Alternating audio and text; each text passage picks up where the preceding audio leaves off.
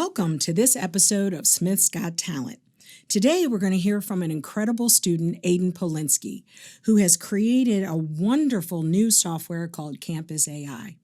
He will be joined by Joseph Bailey, Associate Dean of Undergraduate Programs and an Associate Research Professor with a PhD from MIT. His research and teaching interests span issues in telecommunications, economics, and public policy, with an emphasis on the economics of the internet.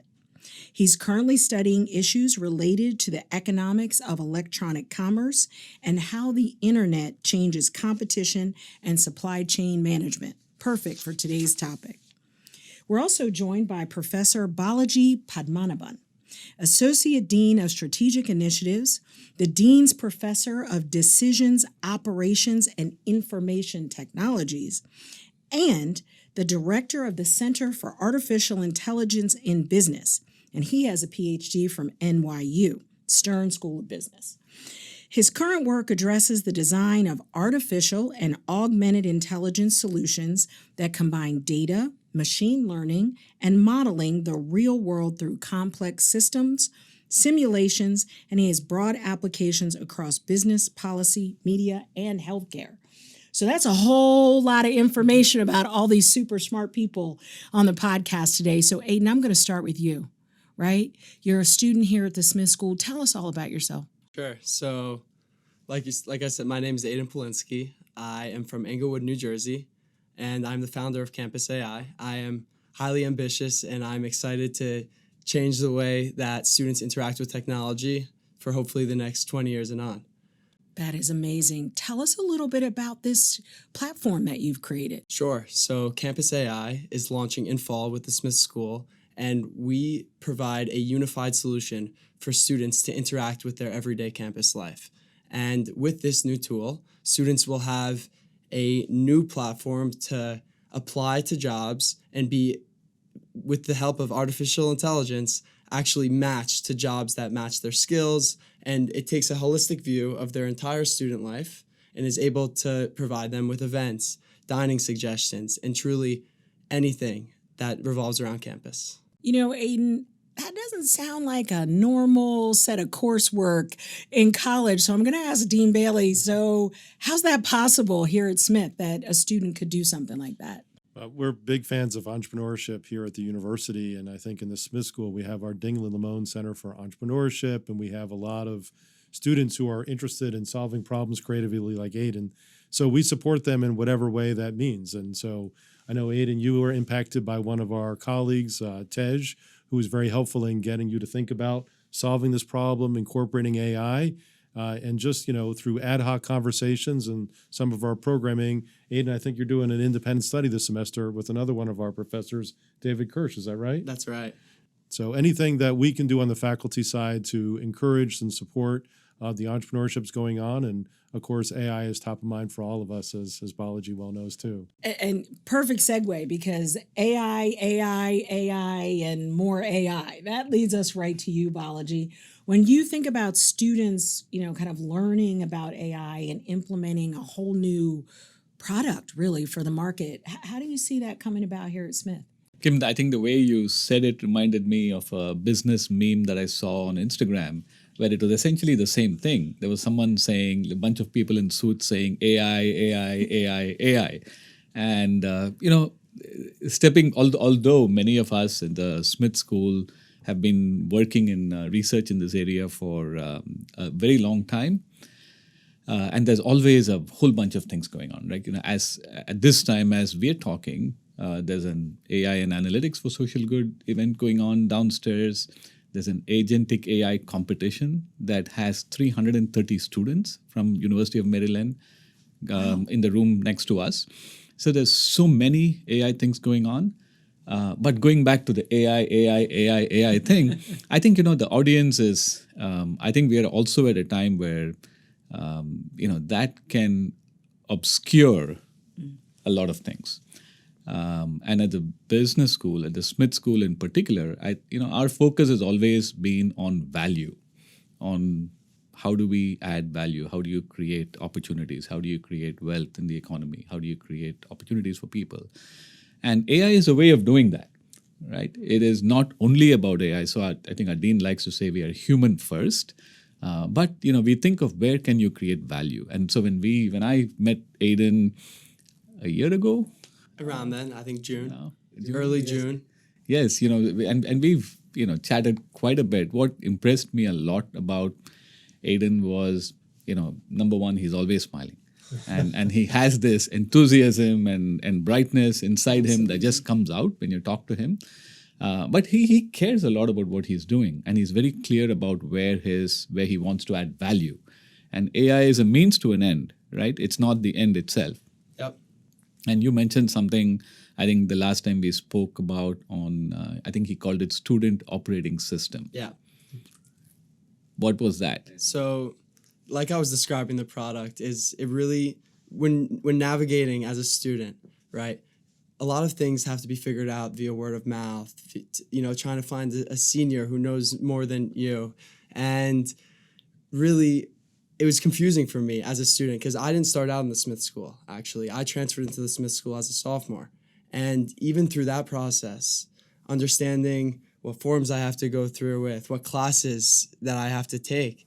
Through my freshman year, it turned out I ended up taking a lot of redundant classes to the point where, that's not sufficient for anyone. That's not efficient. And what a student operating system is capable of doing is truly connecting into those fragmented sources. Because as a student, you have to interact with a career service tool, an academic tool. There's around 10 or so different URLs to find out what dining hall is open, which has the right menu. They don't always have the same answer, by the way, so you got to check multiple places. That's right. What about the Epley Center, right? When is the pool open? When is the basketball courts open, right?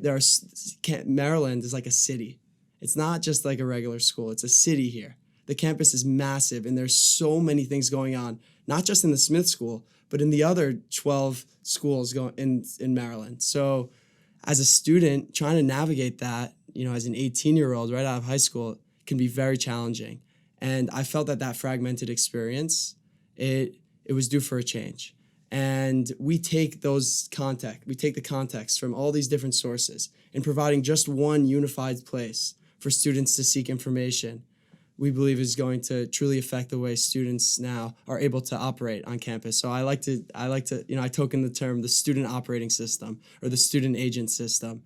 When years ago when I started doing my research, there was this sense that I think there was this thing, Joe. We are peers in a sense, right? And I think it was something like people are always data rich but information poor. That's right.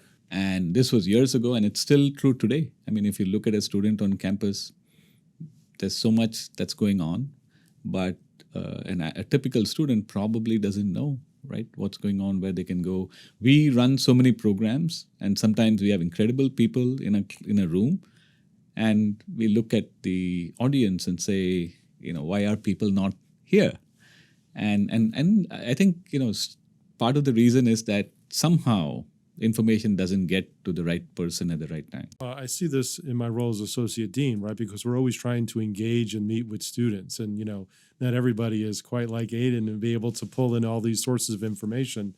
But students will get different advice depending upon who they talk to. And sometimes even though we're sending emails out, they're not necessarily reading them, or there's no way to ingest like the corpus of all the previously sent email, which really is a knowledge repository that's not very accessible. So the fact, Aidan, that you fell in love with the problem, had that student perspective, and really kind of brought AI to the table as a possible way to help the student experience, it's kind of like a hallmark of a good entrepreneur. Is you fall in love with the problem, you're not happy with the solution the way it is, because we have lots of other attempts at what you're doing, and I would say a lot of them have failed because they don't necessarily have the vision that you do in creating campus AI.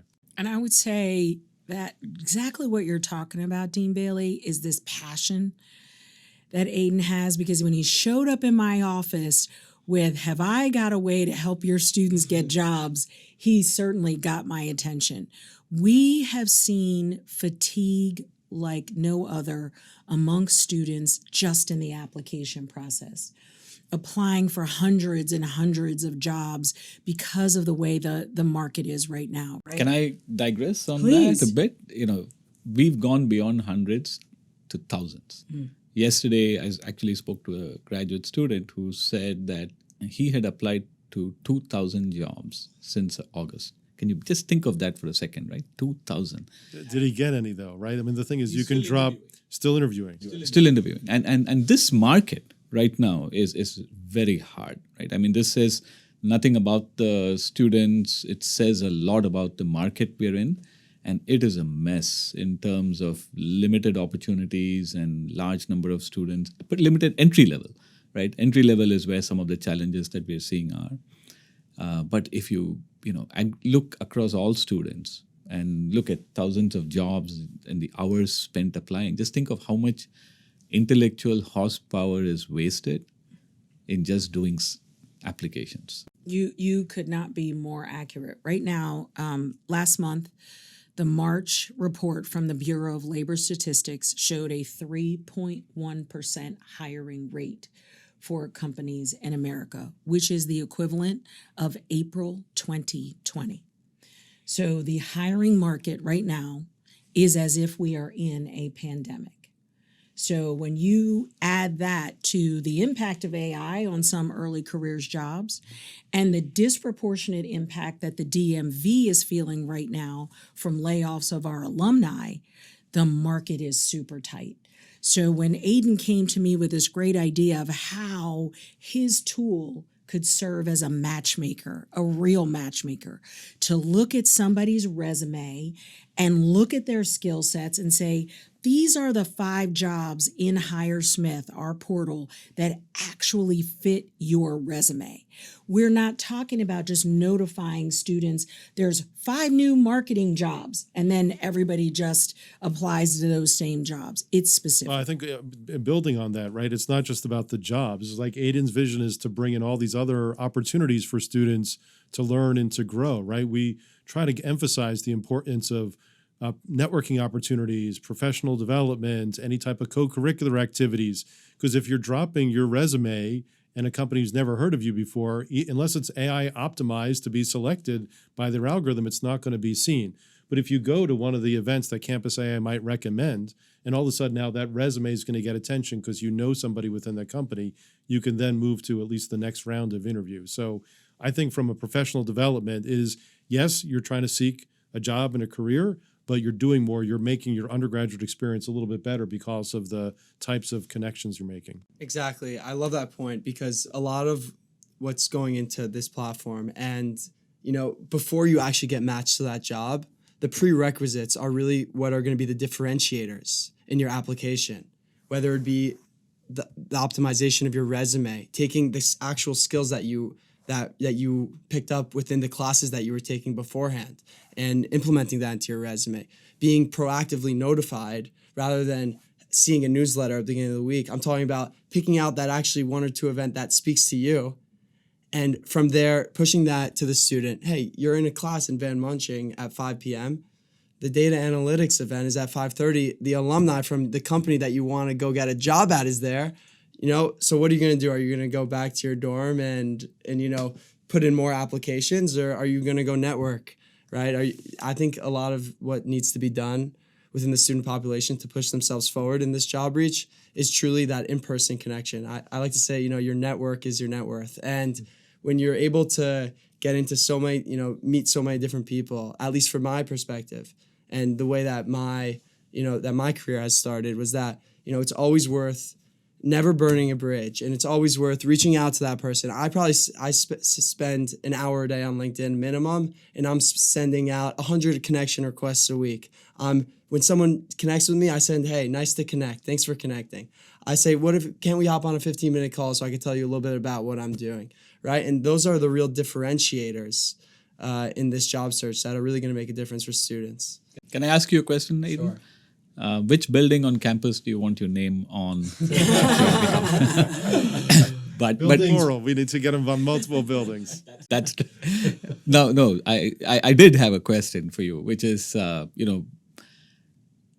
when we had something like Coursera and online courses, Kim just mentioned that she had a reference to and used the P word, pandemic, which we rarely talk about now, but it's come up in this conversation.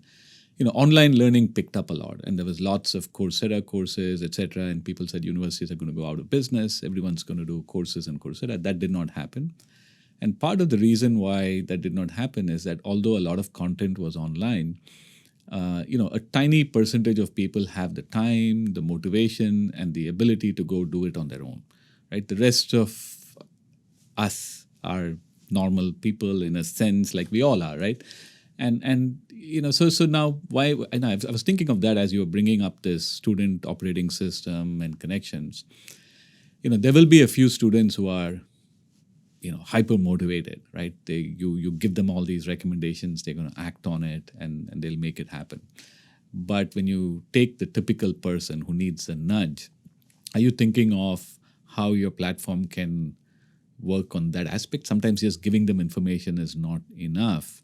These are people who might feel, yes, this is useful, but at the same time, they're thinking at the back of their head, I applied to 300 jobs, nothing happened. I'd rather go sit in my dorm, watch Netflix, and that's, I can understand that, right? So when students go through that, is there a motivational angle at work that might come in? Yeah, I think there is a lack of motivation right now because of what people are hearing about AI. AI is going to replace you. The truth is, what AI does is it really enables you, right? And I think that for the demotivated students, the students who are, just getting their class done, going home, and just calling it a day, I think they really need to learn to utilize these new tools in every facet because the truth is, any workflow that you have to go through on a day-to-day basis can be optimized by AI, even automated in some cases. So I think that with a new technology, right, this is a new technological revolution where, I'm gifted that I'm at this age, this ambitious, and I'm able to capitalize in a way where I'm able to use this new tool to push myself forward. I think everyone really needs to be thinking about the ways that they can utilize this new tool. And you really see, I think I saw in the news earlier, it's like all the jobs that were listed, or like 10 years ago, all those jobs, that they're all different now. They don't exist. They change. And with AI, the most popular job on the market right now is someone who can utilize AI. And there's 33 million businesses in the US, and every single one of them needs to implement AI into their business, or they won't be a business anymore. So there's almost no better place to be than a 22-year-old who can know nothing but this AI and can go and look for the millions of businesses that need help with implementation. No, I think Joe too, on the student side, right? You work a lot with them, but let's say they had access to the operating system. Yeah.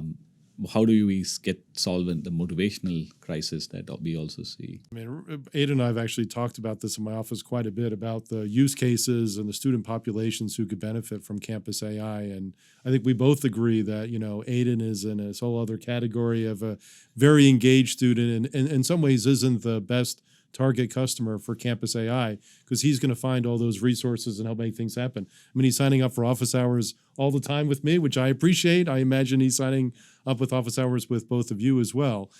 And then there might be some students who are more disengaged, and no matter what tool you provide them, but there is this big middle kind of section of students who want to be more engaged, find it overwhelming, maybe aren't getting all sorts of information, and Campus AI is exactly the right tool for them because we can now bring in other sources of data, track their level of engagement, and really tailor their experience a little bit more to the things that are going to help them with professional development and career placement. And Maryland's really ahead of the game. When you look at other schools, there's a 30% annual attrition rate for students going through universities. So 22% of all freshmen in the U.S., they drop out after the first year.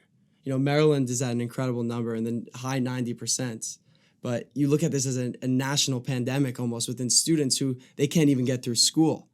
There are a lot of reasons because of that. But I think the main reason is because there's so much you have to navigate with at such a young age. And, signing up for an advisor meeting, waiting a month to hear from them, at that point, you've already made up your mind that, you may not just want to be in school anymore.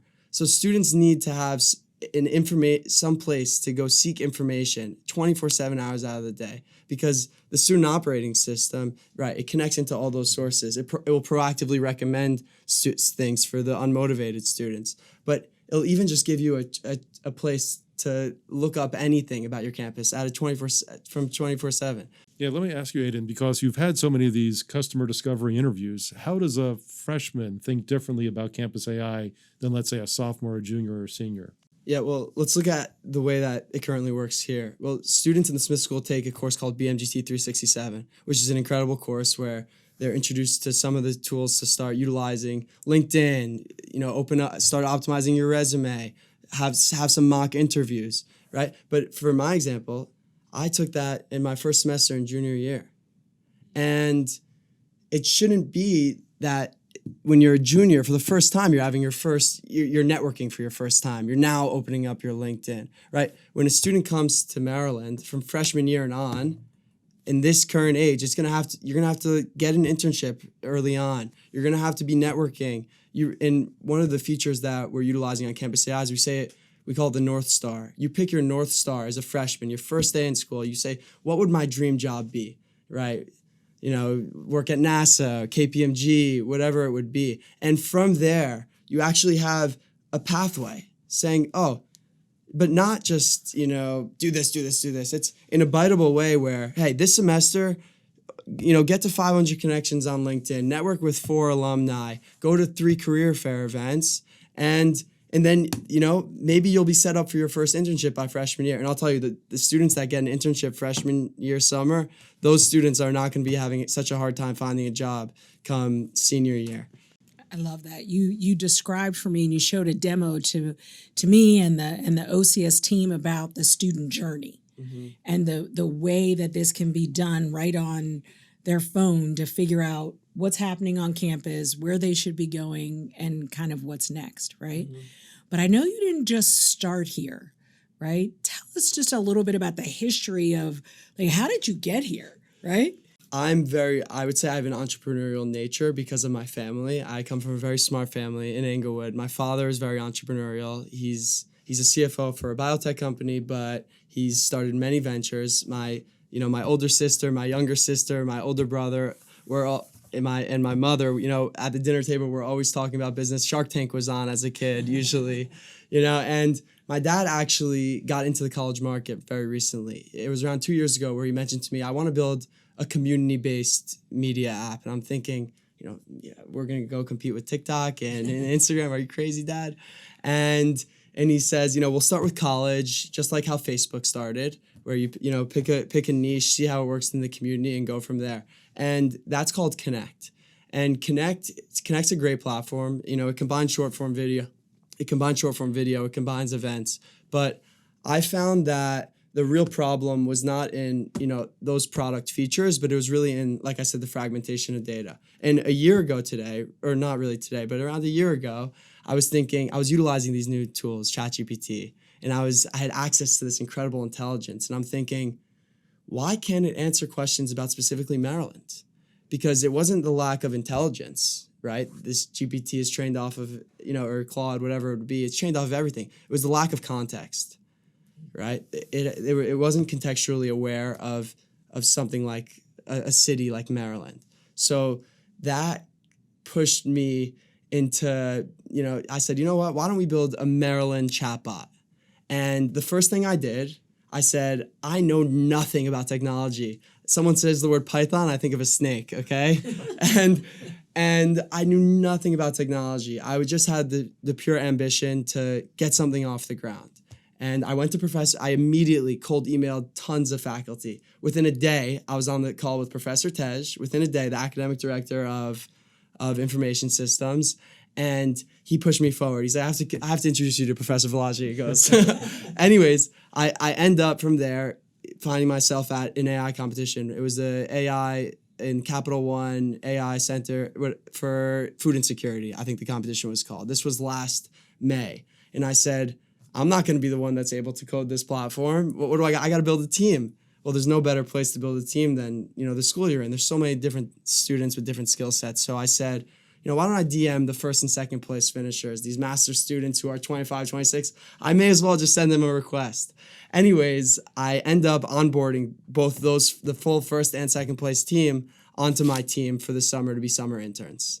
And we got into a room. It was actually downstairs in Smith. It was, and I'm like, listen, I don't know anything about technology, but what I do know is that there's a gap in the market. This problem needs to be solved, and I know it's possible. So let's all put our heads down, let's work together, and let's do it. Hold on for a second. I think what we just heard was we had an undergraduate student hire 6 graduate students as summer interns. I think we heard that. Yes, that's what I heard too. Yeah. Is that what you heard? I also heard that Aiden is very fearless, and we're big fans of that here at the University of Maryland. Because to DM people who are master students, that's pretty fearless. Great job. Yeah, they were international students, all who spent some years getting some experience, and then came to Smith for their masters. And I figured they have the experience. The job market at this point was already getting pretty bad. Who better to build the platform for students than the students themselves? And it started out with a group of, I think it was 7, some of them from Professor Tej's class even. And then I met with Professor Balaji. And that was the first time I heard the word, you need to build a multi-agent orchestration system. And from there, that helped, Wait, I got to ask, what is a multi-agent orchestration system? So, Professor, I'll let Professor. I just said that to him, hoping that'll send him away. But he came right back. He didn't scare me. That gave me more. Aiden doesn't scare, so yeah. Usually my go-to answer is in case people, ask any question, and then they never talk to me again. Yeah, well, I'll give a short answer on what a multi-agent orchestration. And Balaji's going to be grading you, so do a good job, please. Yeah. Well, everyone interacts with the base AI features like an LLM, which would be a basic chatbot. But when you give an LLM a specific task, then you've created an AI agent. And but the thing is, when you want to build a full stack system, you have to take into account many different things. Well, I want an agent to understand event data. I want an agent to understand dining information. And when you have each of these agents with their head down focusing on one specific task, you have to have an orchestrator agent, an agent that's able to interact with these other agents and keep them all on the same path. With new tools, intelligence has turned into a commodity where anyone has access to the most powerful information. So although most students, I guess, would be scared to go up to those master students and interview them to work for you, to me, I just spent, day and night trying to learn about RAG and trying to learn about some of the lingo, the jargon. And from there, it wasn't so worrisome. They hear you say some of their words, and from that point, we got along, and I really appreciated the relationships I built up. And you mentioned 7 students. At first, it was 7. From there, I said, how do we get more students involved? Because there was a need. Students were looking for things to get their hands on over the summer to get some experience. And we actually built up the program to over 200 students in total from 50 universities. So 130 undergraduates, and then 70 master students from all universities between Penn, Florida, really Carnegie Mellon, mostly Maryland. There must have been over 50 Smith students in total over the summer who all contributed, helping out. And that was really game-changing for the platform. Aiden, can I say, you said earlier that you know nothing about technology. You're going to have to revise that answer because it seems like you've learned a lot. I've been able to learn from the faculty and the mentors, the alumni, and really the students became my mentors. Because at the beginning, like I said, I did not know a coding language. I did not know what an AI system was. I had a daily stand-up every single morning with the team. And I would just sit down there and write notes. And I'd hear a word that I didn't understand. And I'd spend 30 minutes after that call utilizing the new tools to just understand it. And it's really, all you have to do is ask at this point. It's that easy, I promise. It's a master class right now that you're giving in sales, software development, team building. Product management, I think. Product management. Yeah. Absolutely brilliant and exciting to just sit and listen to you talk. So where do you see this going? I mean, you're sitting here listening to this guy. I mean, wow, right? What do you see happening next? No, I mean, he has a vision. I think Aiden has a vision of a future that doesn't exist. And great entrepreneurs are typically that way, right? So they don't see the world like most of us see the world. They have a very different lens. And that's the most important, sense that I get from talking to him, that he has a vision and he'll do whatever it takes to make that happen. And, AI is going to be a big, big, big part of it. And his name too is AI Dan. It's not Aiden. That's right. Oh, that's great, actually. AI Dan. I like that. Well, listen, here we are. We're coming to the end of our podcast. Just give a word to our listeners about sort of what you see in the future. How do you see this going in the future? Right. Well, to me, these companies that are coming out now built on an AI foundation, they're due to disrupt the market, because you hear the term AI native. When you're able to build all these companies who have their business models straight, they have to adopt the new technology. And I think there's a real difference between trying to adopt a new technology and building the basis of your business off of that new technology. So I see, for the higher education market, I see that every university has to change because of, or at least adjust due to AI. 100% of their students are utilizing AI on a day-to-day basis to operate with the school. But again, these tools that they're operating with, they have a complete lack of context. And what Campus AI is able to do, the number one thing I'd say, is that it takes that context and it provides a personalized experience for each student. Each student's North Star is going to be different than the other. Each student is going to be in a different club. They're going to have different dining needs. They'll be in a different place financially. But the AI system is able to take that context and personalize it for them. And I think that's the most important thing about the software.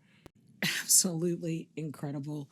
Dean Bailey, anything you'd like to share? First of all, I'm so proud of Aiden. He's incredible, and I think he kind of epitomizes the best of our Smith School students. And anyway, Aiden, congratulations on all the success so far. I can't wait to be a customer of Campus AI and give this tool in the hands of our students to help them find their North Star and navigate their experience. And here at the University of Maryland, or for students at other higher education institutions. Well, our goal, we're working with the Office of Career Services, is to get this in place this summer and have it launched this fall here at the Smith School. And I can't thank you all enough for joining us today on Smith's Got Talent. Until next time, thank you for joining us here on Smith's Got Talent.